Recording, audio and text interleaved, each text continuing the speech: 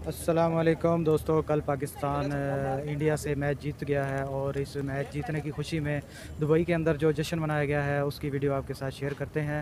और बहुत ही खूबसूरत जश्न मनाया गया है दोस्तों।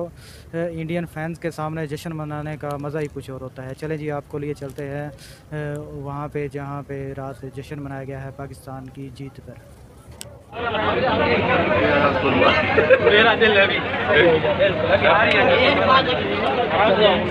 सब लोग बैठे हुए हैं अभी। एक पाकिस्तान और हिंदुस्तान की तरफ से एक मैच हो रही है। अच्छा था, खुशी है लास्ट ओवर का, जबरदस्त खूबसूरत नज़ारा है।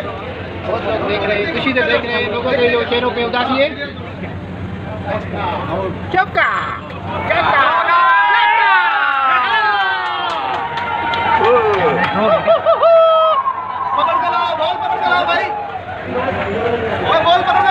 खुशी हो रही है, खुशी हो रही है। पाकिस्तान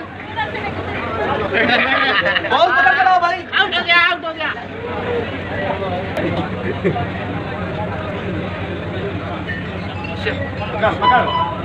नहीं देगा भाई, नहीं देगा। एक बात का डर है, बाकी वो नहीं हुए बस। शाबाश, सुपर हमारा।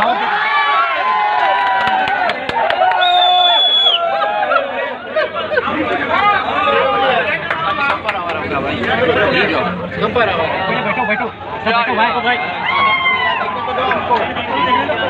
देख नहीं क्या जीत गया।